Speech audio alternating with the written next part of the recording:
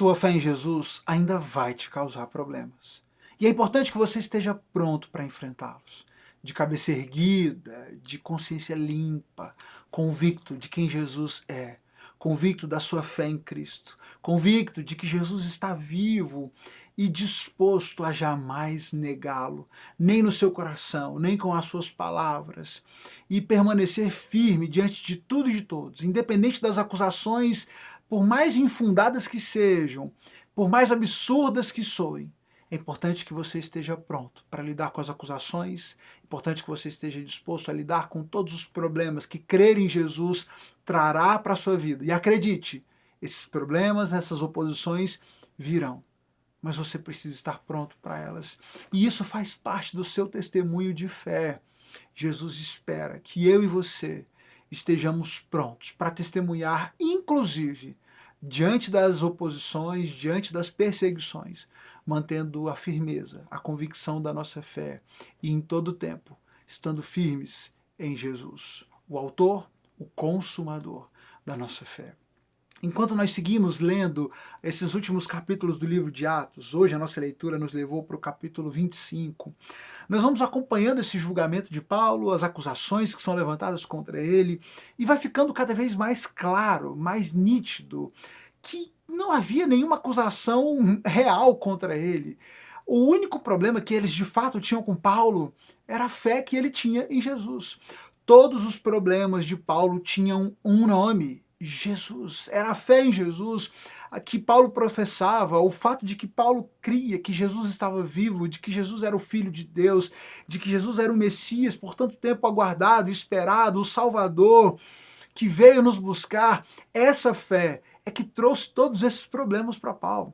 Paulo já tinha sido levado diante do comandante da guarda, já tinha sido levado diante de Félix, o governador, já tinha sido levado agora diante de Festo, o seu sucessor, e eles ainda não têm uma acusação para trazer contra Paulo. Já se passaram 2 anos nesse processo, Paulo já está há mais de 2 anos preso ali, e o novo governador assume, as autoridades se levantam de novo para acusar Paulo, e eles continuam sem ter do que acusá-lo, porque não havia crime, não havia nenhum ilícito, não havia nada que eles pudessem levantar contra Paulo, a não ser o fato de que ele cria em Jesus. O capítulo 25 nos mostra a sequência dessas acusações, né? Festo assume então como governador da província, ele chega a Cesareia para assumir o seu novo posto, assumir o governo da província. Ele vai para Jerusalém, afinal de contas, a capital do governo romano estava ali em Cesareia, mas a capital religiosa, né, o movimento religioso judaico estava ali, as autoridades judaicas estavam ali em Jerusalém. Ele vai então a Jerusalém e lá essas autoridades religiosas agora vão atrás desse novo governador, vão atrás de Festo, que assumiu o governo, para tentar fazer com que ele finalmente faça a vontade desses líderes e ponha um fim na vida de Paulo. Eles apresentam as acusações que são infundadas, que não fazem nenhum sentido, que não podem ser provadas, e insistem com ele: olha, faz o seguinte, manda Paulo, traga Paulo para Jerusalém para que ele possa ser julgado aqui. Festo diz que não vai mandá-lo para Jerusalém, que ele está em Cesareia, e ele diz: olha, eu mesmo vou voltar para Cesareia, daqui a alguns dias vocês podem ir comigo, os líderes, vocês que têm a importância, que são líderes aqui, vocês podem ir comigo e vocês podem apresentar essas acusações contra ele lá em Cesareia. Eu vou ouvir e vou julgar o caso dessas acusações. Alguns dias depois, Festo volta para Cesareia, esses líderes vão junto e começa o festival de acusações infundadas, sem nenhuma comprovação. O próprio Festo também já percebe que essas acusações não fazem nenhum sentido e ele não consegue sequer mensurar sobre o que Paulo está sendo acusado, a ponto de que ele propõe então o seguinte, pergunta para Paulo, né, se Paulo estaria disposto a ir para Jerusalém para ser julgado por ele lá em Jerusalém. A questão é que Festo, ele está assumindo como governador da província um julgamento público em Jerusalém, um julgamento de Paulo, um homem tão malquisto por todos os judeus de todos os lados, atrairia muita atenção, faria com que Festo fosse visto, fosse muito notado naquela circunstância. Festo então propõe para Paulo, porque Paulo tinha jogado a carta de cidadão romano, de que ele era cidadão romano, e por isso ele precisava ser tratado de acordo com as leis romanas. Isso limitava um pouco a ação das autoridades contra Paulo. Por isso ele lança essa proposta para que, se Paulo aceitaria ser julgado por ele lá em Jerusalém.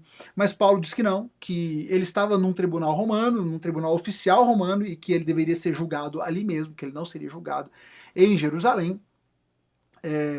Ele insiste que ele não fez mal nenhum aos judeus, não fez nada para desonrar o templo, para profanar o templo, todas as acusações dele são vazias. Ele diz que é inocente, eu sou inocente, ninguém tem o direito de me entregar a esses homens, eu apelo a César. Paulo então joga a cartada final, e, percebendo que ele não seria julgado ali com justiça, e tendo essa possibilidade, Paulo então diz que ele apela a César para ser julgado por César. A partir daquele momento, Festo então fica obrigado a conceder esse apelo e a conceder que Paulo seja conduzido até o imperador, até César, para que ele pudesse ser julgado. Nesse tempo, alguns dias depois, chegou ali, mas ele precisava fazer os arranjos, precisava preparar as coisas para que ele fosse enviado. Nesse tempo, chegou ali o rei Agripa, e ele chegou para visitá-lo, ele, a esposa, e ali Festo e o rei Agripa estão conversando. Festo conta para o rei sobre o caso de Paulo, o coloca a par de tudo aquilo que já tinha acontecido. Agripa fica curioso com aquilo, diz que gostaria de ouvir de Paulo, gostaria de saber dele o que tinha de fato acontecido. E é interessante que na descrição que o governador Festo faz para o rei Agripa, ele diz: os judeus, porém, não o acusaram de nenhum dos crimes que eu esperava. Ao contrário, era algo relacionado à sua religião e a um morto chamado Jesus, que Paulo insiste que está vivo. Percebe que até para Festo já ficou claro que não era sobre crime, não era sobre nada que Paulo tivesse feito, era sobre Jesus. Era sobre um tal Jesus que os judeus diziam que estava morto e Paulo dizia que estava vivo. Festo não entendia o que estava acontecendo, ele não entendia quem era Jesus, ele não compreendia a situação. Mas até ele já tinha percebido que era sobre Jesus, não era sobre nenhum crime que Paulo tivesse cometido. Dessa maneira, eles combinam que no dia seguinte, então, o rei Agripa teria a oportunidade de ouvir direto de Paulo. O governador diz que, inclusive, ele precisava dessa audiência porque ele tinha que mandar Paulo para César, mas ele não sabia nem o que escrever na carta, não sabia nem como apresentar essa acusação numa carta, por isso ele precisava interrogar Paulo melhor e para entender o que ele poderia escrever quando fosse enviar Paulo a César. E esse é o conteúdo do nosso capítulo 25. E é interessante notar isso, né? Notar como Paulo ele segue sendo acusado sem ter cometido nenhum erro. O erro dele foi crer em Jesus, o erro dele foi insistir que Jesus estava vivo, o erro dele era insistir que Jesus era o Filho de Deus. E acredite, meu irmão, esse continua sendo um erro fatal ainda nos nossos dias. Você certamente enfrentará oposição, enfrentará acusações vazias, infundadas, que ninguém pode provar. Será acusado sem motivo nenhum, sem razão alguma, será preterido, será deixado de lado em promoções, será expulso de rodas de amizade. Você enfrentará das mais diversas acusações, oposições por crer em Jesus, porque o mundo se opõe a Jesus. É muito interessante notar, por exemplo, que na nossa sociedade as pessoas estão muito prontas para adjetivar Jesus e atribuírem boas características, qualidades a Jesus. Jesus foi um grande mestre, Jesus foi um bom professor, Jesus foi um grande psicólogo, Jesus foi um grande líder. Mas dizer que Jesus está vivo, que Jesus é Deus, que Jesus é a vida, que a palavra de Jesus é absoluta, que os ensinos de Jesus devem ser absolutos para as nossas vidas, aí as pessoas não estão dispostas a aceitar. E proferir essa fé em Jesus como Filho de Deus certamente trará problemas para você.